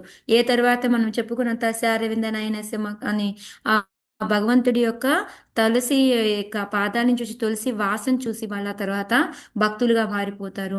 అంతేకాకుండా వాళ్ళకి ముందు కూడా వాళ్ళ గురించి పొగిడారు కదా, 5 ఏళ్ల పిల్లల్లాగా ఆగిపోయారు. ఎందుకు? వాళ్ళు ఎంత సిద్ధులు అన్నీ కూడా ఉన్నప్పటికీ కూడా వాళ్ళు మాకు 16 ఏళ్ళు ఇంకా మంచి యుక్త వయసు వచ్చిందంటే మళ్ళీ ఆ కోరికలు ఎక్కడొస్తాయో ఎందుకు అని వాళ్ళు అది కూడా వద్దనుకున్నారు. సో వాళ్ళు ఏంటంటే ఆ జ్ఞానంలో, వాళ్ళ ఆధ్యాత్మిక జ్ఞానంలో పరిపూర్ణంగా ఉన్నారనమాట. అందుకని వాళ్ళని ఆ విధంగా ఆత్మమేధస అని చెప్పేసి వాళ్ళని పొగుడుతున్నారనమాట. సో వాళ్ళు ఏంటంటే అలా అని పృథు మహారాజు ఏమన్నా తక్కువ? పృథు మహారాజు కూడా ఆధ్యాత్మిక జ్ఞానం ఉందా లేదా ఆయనకి? ఉంది మాతాజీ. ఉన్నాడు మాతాజీ, భగవంతుడు అంశ కూడా అందుకని కదా. ఇద్దరూ కూడా ఈక్వల్ వాళ్ళే. కానీ వాళ్ళు ఏంటంటే ఇంకా అలాంటి వాళ్ళ ద్వారా చెప్పించుకుంటే మిగతా వాళ్ళందరికీ కూడా హెల్ప్ఫుల్ అవుతుంది అనేసి పృథు మహారాజు అడగడం, ఈయన చెప్పడం. లేకపోతే వాళ్ళు చెప్తారు కదా, సనత్ కుమార్లు ఏమంటారు, నీకు ఆన్సర్ తెలియంది కాదు, కానీ ఒక సాధు పురుషుడికి ఉండాల్సిన లక్షణం ఏంటి అంటే ఎదుటి వాళ్ళని అడిగి తెలుసుకోవాలనుకుంటారు. ఆ విధంగా నువ్వు మమ్మల్ని అడుగుతున్నావు, దానివల్ల ఇద్దరికీ కూడా లాభదాయకము, నీకు లాభదాయకము, నాకు లాభదాయకము అనేసి వాళ్ళు చెప్తారు కదా. సేమ్ అదే అనమాట. సో ఇక్కడ ప్రపాదుల వారు ఈ భగవంతుని గురించిన జ్ఞానం అనేది వాళ్ళకి పూర్తిగా ఉంది, వాళ్ళు భక్తిలో ఉన్నారు కాబట్టి వాళ్ళని ఆత్మమేధ అంటారు అని చెప్పేసి చెప్తున్నా. అంటే వాళ్ళు గృహమేధులకి ఆపోజిట్ అనమాట. గృహమేధులు అనే వాళ్ళు ఎందులో ఉంటారు? ఎప్పుడు వాళ్ళు మైదానంలో ఉంటారు. లేకపోతే పగలపూట అంతానేమో ఎలా ధనార్జన చేయాలి, ఆ డబ్బులు సంపాదించాలి, ఇల్లుని ఎలాగ గడపాలి అని దానిలో ఉంటారు. ఇంద్రియ భోగంలో కానీ ధనార్జనలో కానీ రాత్రుల్లో నిద్రపోవడం మైదున ప్రక్రియలో కానీ వాళ్ళు నిలబడి ఉంటారు. వీళ్ళు దానికి పూర్తిగా ఉల్టా అనేది ఇక్కడ వాళ్ళని ఎందుకు ఆత్మమేధ అంటున్నారు అనేది మనకి ప్రపాదుల వారు తెలియజెప్తున్నారు అనమాట. ఓకే. రాజోవాచ కృతమేనుగ్రహ పూర్వం హరిణార్తానుకంపిన తమాపాదయితుం బ్రహ్మన్ భగవన్ యూయమాగతాః. హరే కృష్ణ మాత చదవాలి మాతాజీ. చదవండి కృష్ణ. రాజోవాచ కృతో మేనుగ్రహ పూర్వం హరినార్తానుకంపినా తమపాదాయుతం బ్రహ్మన్ భగవన్ యూయామాగత. రాజు ఇట్లు పలికెను, బ్రాహ్మణోత్తమ శక్తి సంపన్న, మీరు నా గృహమునకు రాగలరని సూచించుచు విష్ణు భగవానుడు పూర్వము నా ఎడ నిర్ణేతుక కరుణ చూపినాడు. ఆ వరమును రూఢి చేయుటకే మీరందరూ ఏతెంచిరి. హరే కృష్ణ. హరే కృష్ణ. ఈ చదివినప్పుడు మీకు ఏమనిపించింది? ఏమన్నా గుర్తొచ్చిందా మీకు? హరే కృష్ణ. మనం ఎక్కువగా దామోదర్ లీలలోనే అదే నారదుడు ఇచ్చిన బ్లెస్సింగ్ కోసము కృష్ణ వస్తాడు కదా. అవును. ఇప్పుడు ఇక్కడ ఏం వినిపిస్తుంది మనకి? అదే మాతాజీ, తన్నే బ్లెస్సింగ్ ఇస్తానని చెప్పారు, దానికోసం సనత్ కుమారులు వచ్చారని చెప్తున్నారు కదా ఇక్కడ. అంటే మనం అక్కడ ఏం వింటాము? భక్తుల కోసం భగవంతుడు చేసింది. ఇక్కడ భగవంతుడు చెప్పాడని భక్తులు కూడా, అంటే రెండు వైస్ వర్సా. మనం ఎప్పుడు భగవంతుడే కాదు, భక్తులు కూడా ఏంటంటే భగవంతుడు కూడా ఏం చెప్పాడో దాన్ని చేయడానికి వాళ్ళు ఎప్పుడు రెడీగా ఉంటారు అనేది మనకి ఇక్కడ అది కూడా తీసుకోవచ్చు కదా. ఈవెన్ జగన్నాథ స్వామి కూడా నారద ముని అంటారు కాబట్టి మళ్ళీ అవతారం అదే జగన్నాథ స్వామి మళ్ళీ కలియుగంలో రావాలని నారద ముని కోరుతారు కదా. అవును. అంటే అలా మనం ఎక్కువగా భక్తుల కోసం భగవంతుడు వచ్చాడు అనేది వింటాం కదా ఇప్పుడు. మీరు ఎక్కువగా అలా వింటాం మనము. కానీ ఇప్పుడు ఇక్కడ చూస్తే ఏమైంది? భగవంతుడు నాకు చెప్పాడు మీరు వస్తారని, ఆయన చెప్పింది మీరు నిజం చేయడం కోసం మీరు వచ్చారు కదా నా దగ్గరికి అనమాట. మనం ఎక్కువగా భగవంతుడు భక్తుల కోసం చేస్తున్నాడు అని వింటాము. కానీ ఇక్కడ ఏంటంటే భక్తుల కోసం భక్తుడు కూడా భగవంతుడు ఏం చెప్పాడో అది చేయడానికి వాళ్ళు నెరవేరుస్తూ ఉంటారు అనేది మనకి ఇక్కడ చెప్తూ ఉన్నారనమాట. మీకు ఫస్ట్ క్యాంటోలో మనకు గుర్తుంటే పరీక్షిత్ మహారాజ్ ఎప్పుడైతే వెళ్తారో అందరూ కూడా పొగుడుతూ ఉంటారు. అర్జునులని వాళ్ళందరినీ కూడా పొగుడుతూ ఉండి మీ తాతల కోసం భగవంతుడు ఏం చేయడానికైనా రెడీ అయిపోతూ ఉండేవాడు అని ఇది అది అని చెప్తూ ఉండేవారు. కానీ వాళ్ళ కోసం ఏం చేయడానికైనా భగవంతుడు ఎందుకు రెడీ అయ్యాడు? వాళ్ళు కూడా భగవంతుడు ఏం చెప్తే అది రెడీగా చేయడానికి ఉండేవాళ్ళు. సో అందుకోసం అనేసి ఇది జరిగింది అని మనం అది గుర్తు తెచ్చుకోవచ్చు అనమాట. ఎందుకంటే చెప్పాను ఎక్కువగా అలా వింటాము. కానీ ఇక్కడ ఏంటంటే భగవంతుడు చెప్పాడని మీరు నా దగ్గరకు వచ్చారు, భగవంతుడి కోసం మీరు భగవంతుడి ఏం చెప్తే అది చేసడానికి రెడీగా ఉంటారు అని చెప్పేసి చెప్తూ ఉన్నారు అనమాట. ఓకే. ఇంకా భగవంతుడు నిర్హేతు కరుణ చూపినాడు. ఇదంతా కూడా మనకి ఎప్పుడైతే ఆయన అశ్వమేధ యజ్ఞం చేసినప్పుడు ఇంద్రుడు వచ్చేసి వద్దస్తమానం దాన్ని తీసుకెళ్ళిపోతూ ఉండడము, 99వ తర్వాత 100 జరగనియకపోవడము. అప్పుడు భగవంతుడు ప్రత్యక్షమయ్యి ఇంకా అక్కడ బ్రహ్మ చెప్తాడు అక్కర్లేదు అని ఆయన ఆగిపోతాడు. అలాగే విష్ణు భగవానుడు కూడా వస్తాడు, నువ్వు ఆల్రెడీ నీ కర్తవ్యం ఏంటో నీది అది చేసుకొని నువ్వు వెళ్ళిపో, నువ్వు ఇందులో జరగబడాల్సిన పని లేదు, నీకు అవసరం లేదు ఇది అని చెప్పేసి చెప్తారు. అప్పుడు ఇంకా జరగబోయే ముందుది కూడా వృత్తాంతం చెప్పినప్పుడు మీకు సనత్ కుమారులు వస్తారు, నీకు జ్ఞానాన్ని ఉపదేశిస్తారు అని కూడా చెప్తారనమాట. సో అదే ఇక్కడ మనకి ప్రపాదుల వారు ఎక్స్ప్లెయిన్ చేస్తూ ఉన్నారు. సో ఇక్కడ ప్రపాదుల వారు ఏం రాస్తున్నారు అంటే సేమ్ చైతన్య మహాప్రభుకి ఎప్పుడు కూడా ఆయన ఏమనుకునేవారు, ప్రతి నగరంలో కూడాను మనకి ఈ మహామంత్రం అనేది వ్యాపించాలి, నగరము పల్లెటూర్లు ప్రచారం ఎక్కువగా జరగాలి అని అనుకునేవారు. సో దానికోసం ఏంటంటే భగవంతుడు అనుకున్నాడు కాబట్టి ఇక్కడ భక్తులు దాన్ని చేసి చూపిస్తున్నారు. ఎలాగా భక్తి వినోద ఠాకూర్, భక్తిసిద్ధ సరస్వతి మహారాజు, ఇప్పుడు మనకి ప్రభుపాదులు, వీళ్ళందరూ ఏంటంటే ఆ భగవంతుడు ఏదైతే అనుకున్నారో దాన్ని నెరవేర్చడం కోసం వాళ్ళు ఏంటంటే అదే పద్ధతిలో నడుస్తూ, ఇప్పుడు చూడండి ఇస్కాను అంటే తెలియని వాళ్ళు ఎవరైనా ఉన్నారా? చిన్న చిన్న పల్లెటూరు కూడా వెళ్ళండి, వెళ్తే ఎవరైనా ఇంతకుముందు ఏంటైతే ఇస్కాన్ అంటే తెలుసు కదా, ఇప్పుడు ప్రతి ఒక్కరికి కూడా ఇస్కాన్ అనేది తెలిసిపోతుంది అనమాట. సో అది ఇక్కడ మనకి ప్రభుపాదుల వారు, నేను కూడా వాళ్ళ అడుగుజాడల్లోనే నడుస్తా, అంటే భగవంతుడు ఏం చెప్పారో ఆయన భవిష్యుని పూర్తి చేయడానికి మేము కూడా ప్రయత్నిస్తున్నాము అని చెప్పి, అంటే ఇక్కడ భక్తులు భగవంతుడు చెప్పిన దాన్ని పూర్తి చేయడానికి ఏ విధంగా ఉన్నారు ఆతురతతోటి అనేది ఇక్కడ మనకి చెప్తుంది అనమాట. సో ఇంకా ప్రభుపాదుల వారి కింద మనకి ఏం ఎగ్జాంపుల్స్ చెప్తున్నారంటే, అర్జునుడికి చెప్పారు, నా భక్తులు కౌంతేయ ప్రజానేహి నా భక్త ప్రణశ్యతి అని, నా భక్తులు ఎప్పుడూ కూడా నశింపరు అనేసి ఆయన చెప్పమని చెప్పారు ధైర్యంగా. నువ్వు చెప్పు అంటే భగవంతుడు నేను వాగ్దానం చేస్తాను అనట్లేదు, నేను చెప్పినట్టుగా నువ్వు చెప్పు అని చెప్పేసి అర్జునుడు చెప్పమని చెప్తున్నారు అనమాట. అంటే ఏంటి అంటే అంతరంగిక భక్తులు అనేవాళ్ళు వాళ్ళు చెప్పింది గ్యారంటీగా జరుగుతుంది, వాళ్ళు నెరవేరుస్తారు నా వాగ్దానాలు అనేసి మనకి ధైర్యం కలగడానికి భక్తుల ద్వారా చెప్పిస్తున్నారు అని ప్రభుపాదుల వారు ఇక్కడ మెయిన్గా భగవంతుడు అనేవాడు ఎంత కరుణామయుడు మన మీద అనేది, దానికోసమే ఆయన రకరకాల అవతారాలు తీసుకొని రావడం. కానీ మనకి ఆ రోజు గోపాలకృష్ణ రామానుజదాస్ ప్రభు కూడా చెప్పారు, భగవంతుడు ఎన్ని రకాలుగా ఒక్కొక్క అవతారంలో ఒక్కొక్కలాగా వచ్చి మనకి చెప్పాలి అని ట్రై చేసి, అలా కాకపోతే ఆచార్యులను పంపించి ప్రభుపాదులు ఇలా అందరినీ కూడా రామానుజాచార్యులు ఇలా అందరినీ ఎంతో మందిని పంపించి ఇన్ని రకాలుగా చెప్తూ ఉంటే మనం అయినా సరే లెక్క చేయట్లేదు అనమాట. భగవంతుడు ఎంత కరుణామయుడు అని చెప్పడానికి ఆ రోజు మనకి ఆల్మోస్ట్ 5 minutes లెక్చర్ ఇచ్చారు ఆ రోజు ప్రభు. సో అది అంతా కూడా మనం గుర్తు తెచ్చుకున్నాము అనుకోండి, అప్పుడు మనకు అనిపిస్తుంది భగవంతుడు నిజంగా ఎంత చేస్తున్నాడు మన కోసం, మనం ఏం చేస్తున్నాము అనేది మనం ఒక్కసారి మనము క్వశ్చన్ చేసుకోవచ్చు అనమాట.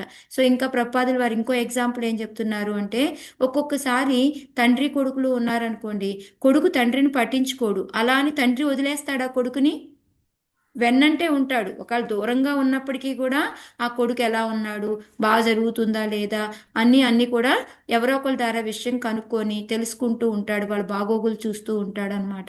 అదేవిధంగా భగవంతుడు కూడా అంతే. అందుకొని యథా యథా హి ధర్మస్య, ప్రతి యుగంలో కూడాను ఆయన అవతరిస్తూ ఉంటాడు అని చెప్పేసి ప్రభుపాదుల వారు మనకి ఇది చెప్తూ ఉన్నారు అనమాట. ఓకే, సో లాస్ట్ పారాగ్రాఫ్లో కూడా సేమ్ భగవంతుడి యొక్క ఏంటంటే, భగవంతుడు మళ్ళీ మన మీదే కాదు జంతువుల మీద కూడా కరుణతోటి ఆయన బుద్ధుడి అవతారం తీసుకొని వచ్చారు అని చెప్పేసి, తర్వాత మళ్ళీ భక్త ప్రహ్లాదుడి మీద కరుణతోటి నరసింహస్వామి అవతారము, అలాగా రకరకాల అవతారాలు తీసుకొని వచ్చారు అని ఎగ్జాంపుల్స్తో సహా మనకి ఈ పారాగ్రాఫ్లో చెప్తూ ఉన్నారు అనమాట. ఓకే, సో మనకి మళ్ళీ అర్జునుడికి భగవద్గీత ఉపదేశించడం ఇవన్నీ ఎవరి కోసం?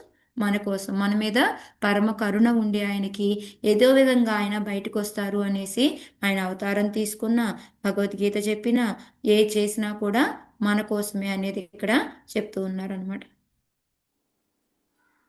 మెయిన్గా ప్రభుపాదుల వారు ఎక్కువ కాన్సన్ట్రేషన్ చేసింది ఏంటి అంటే, భగవంతుడు ఎంత కరుణామయుడు అనేది. ఒక్కొక్కసారి భగవంతుడి యొక్క కోరికలను కూడా భక్తులు తీరుస్తూ ఉంటారు అనేది మనకి చెప్తూ ఉన్నారనమాట. నిష్పాదితశ్చ కార్ష్ణేన భగవద్భిర్తృణాలుభిః సాధుచిష్టం హి మే సర్వం ఆత్మనా సహ కిం దదే.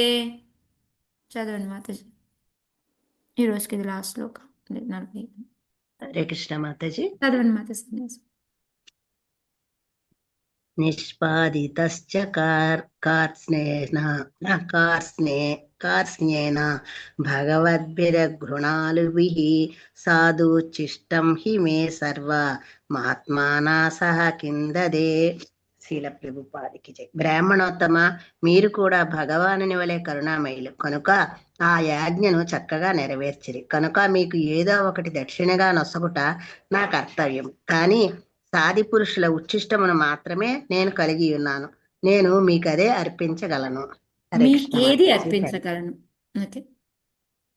మీకేది అర్పించగలను. Hare Krishna Mataji. Thank you. Hare Krishna. So ఇక్కడ ఏంటంటే ఇందాక భగవంతుడు ఎంత కరుణామయుడు అని చెప్పారు.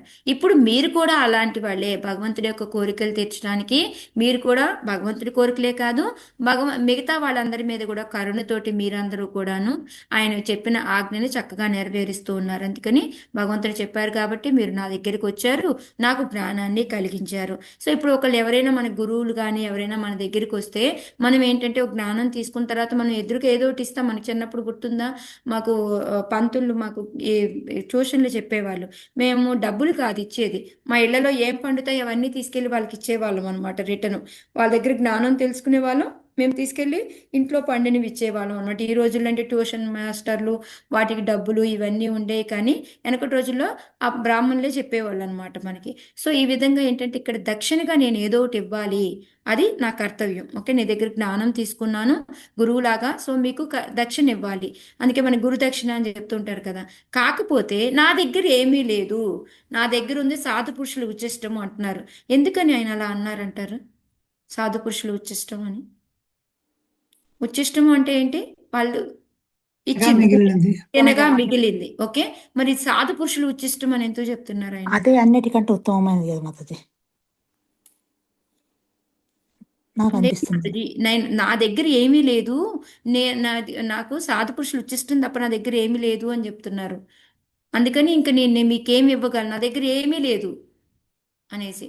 ఎందుకు అంటే మీ అందరికీ తెలుసు ఎవరు రాజుని చేసింది ఆయన్ని.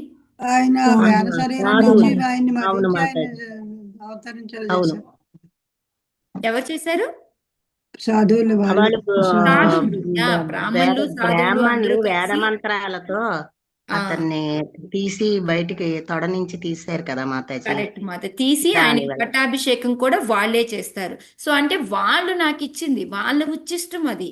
అదనమాట ఇక్కడ చెప్పడం. ఆయన ఇప్పుడు నేను ఒక రాజ్యం ఇద్దామా, డబ్బులు ఇద్దామా, ఏమన్నా ఇద్దాము అంటే నాది అంటూ ఏమీ లేదు.